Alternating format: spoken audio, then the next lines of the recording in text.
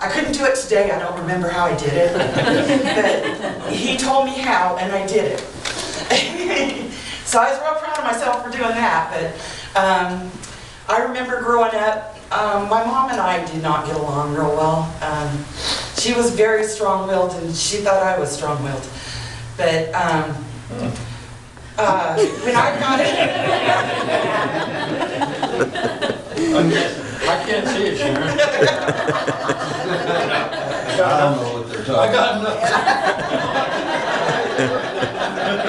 John was over going, no, I got nothing. So later on, when we did have a big blowout, and I was upset, and I walked out of the house, I was gonna leave, and Dad came after me, and we walked several blocks together. I had no clue where I was going, but he went with me, we talked, and he goes, you know your mom likes to have her own way, right? I said, yeah. And I go, but sometimes I need to have my own way too. And he goes, yeah, I understand that.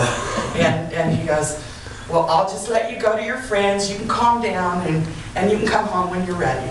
And so that's what I did. I knew I could count on my dad. Wow. So that's all I got to say right now.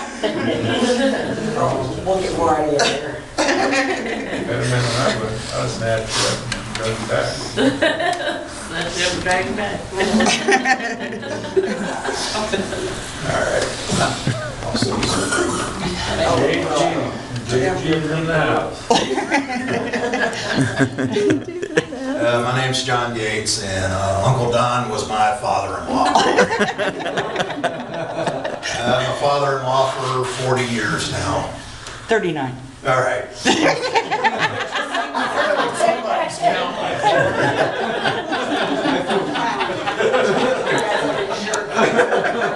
I didn't think anybody was counting. But there you go. And he always was there when people needed assistance, when people needed help. He spent a lot of his vacation time, all of it, as far as I know, in Eureka. Yeah. You know? And if he wasn't in Eureka, he was pretty darn close by. You know? And I know that you kids didn't have it easy, that, you know, things weren't ideal, or sometimes even okay. But he tried to help, and he did help. And he may not have wanted to, but I think Joel pushed him. No. That's just an observation. I got nothing to back it up. I heard she was strong-willed. And you know, we talk about his service, and he did serve in Korea and Vietnam both. And he said in Korea he was a radio man, as I think everybody here knows. They were leaving the boat. They had launched Marines. They had landed Marines amphibious assault. And as they were on their way off the boat, the last Marine goes, "Radio man, you're with us." He said it took him 6 months to get back to his ship. He wasn't planning on being a ground pounder, but he was. And he did that service as best he could and survived it and came back. And in Vietnam, he was unfortunate enough to have a heart attack and get mortared in his hospital bed. So he had some experiences. And I don't know what other experiences, but every time I hear my son talk about the places he's been in South Asia, Don had been there too. You couldn't get into specifics, but He just said, I was there. I was there. And for 40 years, if I needed help, he was there to help us. I don't know how much help he gave, because I don't know everything that went on. I was kind of self-absorbed, as many of us were when we were younger. But he was always there. He was always the head of the family. And he was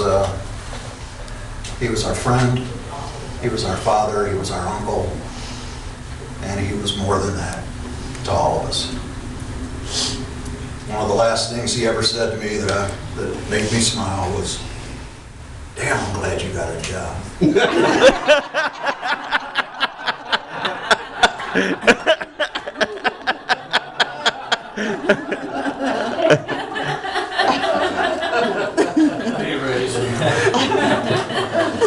That's funny.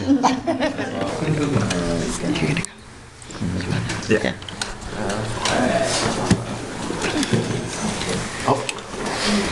You got him first. Grab his chair so you can get next. name's Jim Mayo, and he's dad. He's not or anything like that. The only thing I can think of to tell you about it, but I'm like probably as disappointed, but when I was 19 on my birthday, I come home and Dad had the Marine Corps recruiter sitting on the couch waiting for me. I didn't know that. That's how I I didn't know what else to tell you.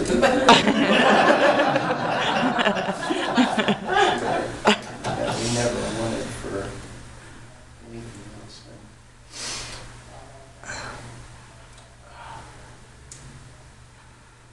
God bless you all for coming. Thank you, brother.